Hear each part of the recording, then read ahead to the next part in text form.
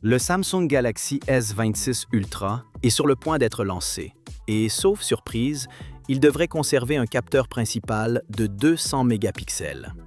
Sur le papier, c'est impressionnant, mais les utilisateurs l'interprètent souvent mal. En réalité, les fabricants ne mentent pas sur la résolution de 200 mégapixels, mais ils ne disent pas tout.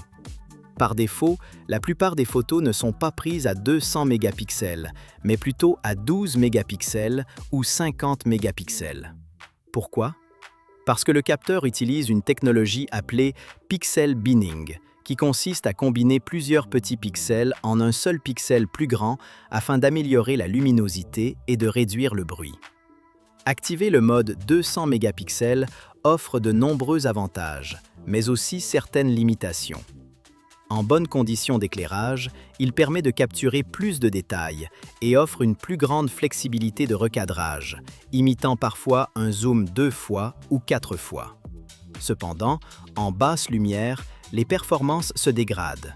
Le bruit augmente, les fichiers deviennent très volumineux, dépassant parfois 50 mégaoctets, et la vitesse de capture peut diminuer.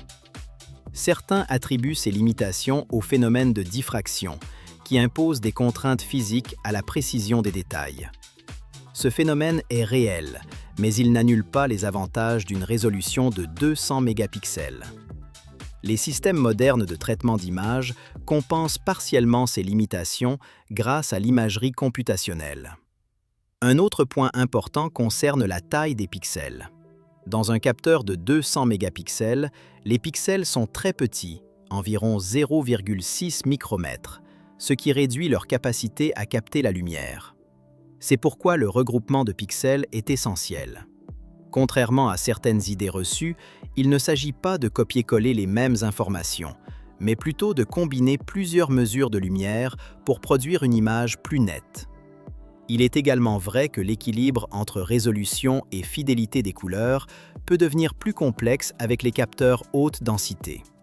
Cependant, les algorithmes modernes permettent désormais d'atténuer considérablement ces problèmes. En fin de compte, la taille du capteur reste le facteur le plus important pour la qualité d'image.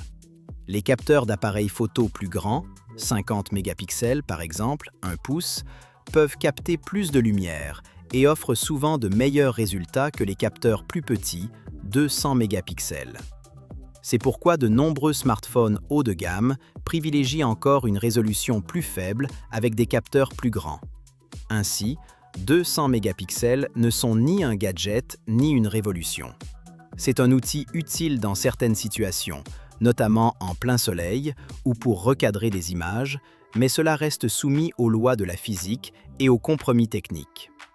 En fin de compte, la valeur d'une photo ne se mesure pas au nombre de pixels, mais à sa capacité à capturer l'instant avec précision et beauté. Si cette vidéo vous a plu, n'oubliez pas de la liker et de vous abonner à la chaîne Android+. À bientôt!